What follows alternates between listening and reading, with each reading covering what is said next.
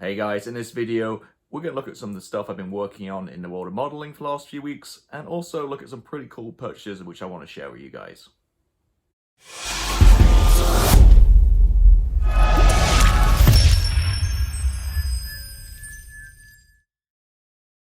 Hey guys, Richie here. Welcome back for another bench update. I think it's been a couple of weeks or so, got some cool things to share with you guys on the purchase front, and also, as always, we're going to look at some stuff I've been working on. So, been really productive last few weeks. Last few days kind of slowed it down a little bit, just because I was working so efficiently and so fast. It's almost like I was working commissions. I was just knocking things like models out left, right, and center. So I kind of managed to dial it back a little bit. So what have I been working on? So I'll show you when we switch the camera down, but I've completed a Hasegawa semi-second scale F-35B in the RAF markings, which that's actually a model I did about a year ago. I assembled it and kind of put it to the box, put it to the side. Then now I kind of really got it back and just did the painting and weathering. Pretty far along also with a FGR.2 Phantom RAF from about early 70s. Just finished the painting and the weathering, and now working on little bits and bobs you probably see behind me, like the fuel tanks and all the ordnance and the undercarriage bays and that kind of stuff. So that's really what I got to share with you guys right now. So let me switch the camera down and let's take a quick closer look. Okay, so here's first of two models I'm going to share with you guys, and this is the completed Hasegawa semi-second scale F-35B with the RAF markings, which I used Caracal decals, I believe. Great little kit. If you're a beginner, I highly recommend this kit. It just goes together really well. One color as well, paint schemes that makes it easy to paint, and like I say, it's a joy to build. Pretty simple, but you can do it closed up or open like I've done here. I built this about a year ago when the kit first came out. Pretty much assembled most of it, but then kind of put it in a box and put it to the side for some reason, and then I just came back to it last couple of weeks and basically primed and painted it and weathered it and finished it off. So painted using MRP Camouflage Grey, MRP 280.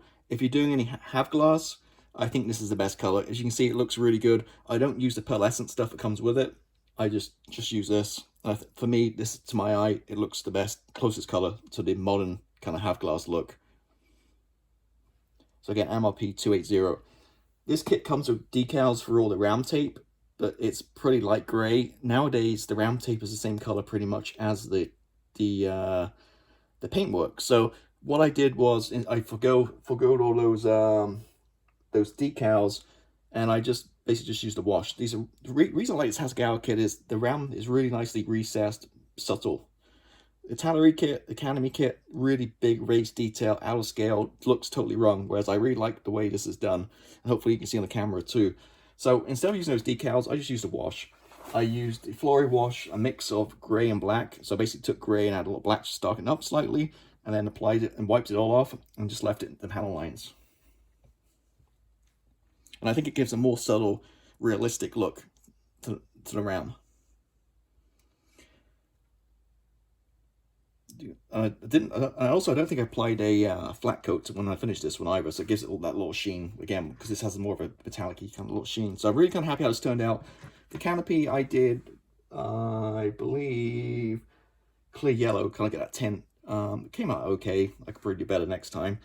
It does have a lot of framing work in the canopy, but I found at the framing on the inside, if you have the canopy down, it's hard to get it to fit good, and also you don't really see it. So I just didn't worry about that. I just left that framing off.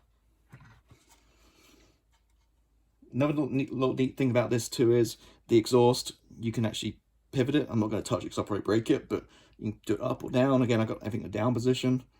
And there's the underneath. The only little thing I'm upset, well, I'm not upset, but the problem with this one is you don't really see it because it's the underneath, but I don't think I've really shook the paint that well, because if you look at the bottom, the grey is slightly lighter than the top. The top is correct, whereas the light seems, bottom side just seems a lot lighter. But hey, you don't see it because when it's down on display. And there you go. So yeah, really happy how it turned out. Really good little build. Again, if you're a beginner who's looking for a mojo build, highly recommend the Hasegawa one in particular. Like I said, the detail here is just more realistic and more refined. If you go with it, what I've seen from pictures, I don't own it, but what I've seen from Metallery and Academy, it's just really thick recessed, and it just doesn't look right to me. Okay, and the next thing I've been working on is this little guy. 48 scale. It's the cheap Revell kit. It's like $25 or something, or 25 pounds. It's really cheap. And it's actually the Hasegawa rebox. You're getting a Hasegawa kit. I really love the RAF markings back in the 70s. I think this is 1974 from RAF in Germany. These colors are from. So I painted using attacker lacquer paints and weathered using Flory dark dirt wash, and then my usual method of weathering with neat oils, which you see on my other videos, same way. So this kit is really cheap, and therefore I had a little bit to kind of spice it up a little bit. So I added the photo etch to cockpit, which I'll show you in a minute. I did resin seats, and I've just ordered some exhaust nozzles because the exhausts on this are pretty bland and plain. So I ordered Aries exhaust nozzles, which will be here in a couple of weeks. So where I'm at is, like I say, I painted it, weathered it, the main fuselage area. All that's left now is kind of work on the pods and fuel tanks, that kind of stuff. You can kind of see here, I did this guy right here. Dropped it. I did prime it already. I noticed there's still some seam lines, so I just touched up with some surface primer. I got to work on that, and then I'll check it out again with some more primer. We work on the undercarriage, that kind of stuff. Right here are the seats. Kind of happy how they turned out. I think I showed you these seats before in other video, my last video. And show you around the aircraft. You can see in there.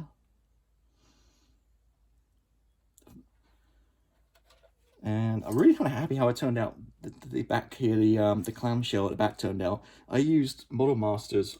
I kind of forget I had them, but I had Model Masters metallizers. I can't remember exact colors I used, but I used one color. I think it's dark analyzed gray possibly, and then just added another color just to give some kind of dirt and weathering to it. At the bottom of it, and the other side.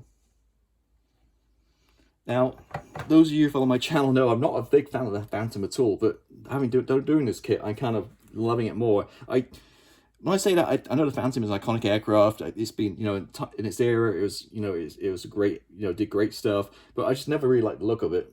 Just thought it was kind of ugly, and the grey one version in particular just never really appealed to me. And I've had them in my stash. I've had the Tamiya 32nd one in my stash of all the resin. I ended up selling it. Just wasn't into it. So I wanted a new project a couple of weeks ago, so I got this one out. And thought I'd have a blast at it, and I really thoroughly enjoyed it. The only problem with this one thus far is I've seen lost a piece, or maybe I did get the piece right here. I think it's sort of fuel probe down the side of this panel. It's not the end of the day. I'll probably reach out to Revell and get a replacement part if I don't find it. If not, with a piece of plastic card, I could probably just make that simple little panel and add it in. So I did break off one of the antennas there too, static discharges, but as you saw my previous video, the MiG SMT build video, I just used I used evergreen, like 1/2 mil strip, and that works good in this kind of scale. So I just cut the strip and add it. You won't notice any difference. So yeah, really having a blast. This is my current build right now.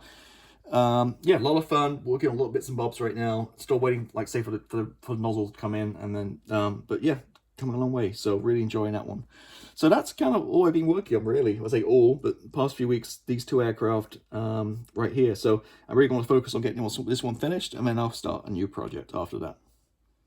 So with that, let me switch the camera back to me, and let's talk about some of the pretty cool purchases which I just received in the mail. Okay, so that's what I've been working on. So now let's look at what I purchased. The past couple of months have been pretty lean. I've been pretty good. Not really had much arrive. I actually ordered some stuff, but it's stuck in international mail, so it's taking forever to get here. So I've got 4 things to share with you today. The first thing is not that exciting. The rest are going to be a little bit more exciting. But the first thing is this guy, which is a Proxxon foot pedal. Not very exciting, I know, but this is going to really change things of how I use the Proxxon drill. So I have the Proxxon drill. The problem with that is 2 hands, and you really need 3 hands. One to hold the item, one to hold the drill, and one to adjust the speed and turn it on and off. With this little guy, it's supposed to help in that I can hold the item with one hand, I can hold the drill with the other, I turn it to the speed I want, and then just put a press of the foot, I can turn the drill on or turn it off. These aren't very expensive. I think it cost me, I got it from Home Depot, free shipping. I think it was like $21. But I think it's going to be a very good investment. Certainly helped me with how I use that tool and the drilling side of things. it plugs straight into the Proxon transformer. And so it's not just for drill, but any other Proxon tool you can use. And in fact, it's just a standard outlet plug. And it's just the basic electronics on and off. I'm thinking you can probably attach this to any tool or anything, and it just interrupts the circuit, I guess. I'm not an electrician, so anyway, that's the first one. Second thing to show you guys, first of two kits, and that is this little guy, which is the Dragonfly, the B variant, 48 scale trumpeter. I've seen these built recently. It's not a new kit. This thing's been around a while, but it just looks like a cool aircraft. And what I've seen is it builds really well. It's a really nice kit that goes together really well. So I'm interested to kind of open this one and take a look at it. It just looks cool. It's been out a while, so it's kind of hard to get aftermarket stuff. I believe like the Edwards. Well, I know the Edward photo etch is discontinued. Fortunately, I went on eBay at the weekend and somebody was selling one, so I managed to pick up the photo etch for the cockpit. And all I need then is, I think it's just a couple of resin seats, which they are still available for a quick boost. So that's the first one. All right, second kit. It's a big box. This beast. Yep, I went and got the 32nd scale Trumpeter EA 18G Growler. Man, I love this. I love the Growler. I don't know what it is. It's my favorite variant of the Super Hornet. I got a thing for Growlers and Prowlers. I don't know why. I just like them, and this is my favorite variant. I wanted this for a while. I saw it at a good price. I thought, you know what? I can get it for my stash. I just recently finished the MiG-29 SMT 32nd scale Trumpeter kit, and I had a blast. I really enjoyed doing that. And I really didn't need much either outside the box. It just needed a a resin seat, and that was it. So I'm interested to see inside this box. I've opened the lid just to take a quick peek, and it looks beautiful inside. But what I'm going to do is, next couple of weeks or so, I'm going to do an unboxing video and share it with you guys exactly what's inside this, and open up some of the bags and see how good it is. But yeah, it's a really cool kit. Those of you who have not seen the MiG-29 SMT build, I did an 8-part build video. I'm going to put a link up so you guys can check that out. Thanks again for everybody who commented, all the great feedback. Like I said, it's a really enjoyable kit. I really highly recommend it. It's just a pretty big 32nd scale. It says me who has another 32nd scale kit in my hand. So that's the two kits I received. Now, next thing was the most expensive by far, but indirectly modeling related, and that is I got myself a Canon M50 mirrorless camera. Currently, it's got 11 to 22mm wide lens on it. I also have a 50mm nifty 50 as well. So when I make these videos and kind of talking like this, I'm currently using iPhone XS camera. I think iPhone or Samsung cameras work perfect. I think the picture quality is great. The sound's pretty good. Right now I'm not wearing a microphone, so this is actually straight from the camera. And I think it does a great job. The issue is, whenever I try to show you stuff down the bench, like close up, I do unboxing videos, kind of show you kind of the panel line detail, rivet detail, that kind of thing. The phones don't, no matter how good the light is, the phones just don't focus well enough to see it. I've had a few comments on my videos in the past, and yeah, I totally agree. They are kind of crap because I can't show what I need to show you guys. So with this, it's going to make a huge difference. So I've got a few different lenses, I've got some accessories and stuff, and I'm going to be able to zoom right in and get all the great detail and share it with you guys, and hopefully improve the whole channel. This will probably be the last video I filmed with the iPhone. To be honest, I did do it today with this one because I've got a few accessories coming, most importantly, memory card. I don't have any memory cards, so I can't record anything. I also got like microphone, lights, and other little things coming as well to kind of jazz it up a little bit. So really kind of happy with getting this. Did a lot of reviews, read a lot of reviews and a lot of research, and this is a really popular little camera. Not only is it just for doing this kind of channel, but I also enjoy, I enjoy getting more in cinematography and photography, especially with the family and doing trips and stuff. So I'm really excited I got this. Also upgraded, right now I'm using iMovie, the free Apple program to do editing for these videos, but I did go and get Sony Vegas Pro as well. So that's really gonna help the editing and be able to add some captions and stuff to it as well. So I hear the feedback, some of the older videos, but hopefully next videos moving forward will be a lot better quality. And with this camera, it's really gonna help kind of take it up a notch as well, this whole channel, and hopefully share you guys better footage and that kind of thing. And with that, that's pretty much it.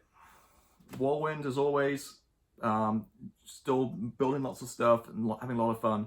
So, as I say every time you have any questions, I'm here to help. Please put them in the comments below.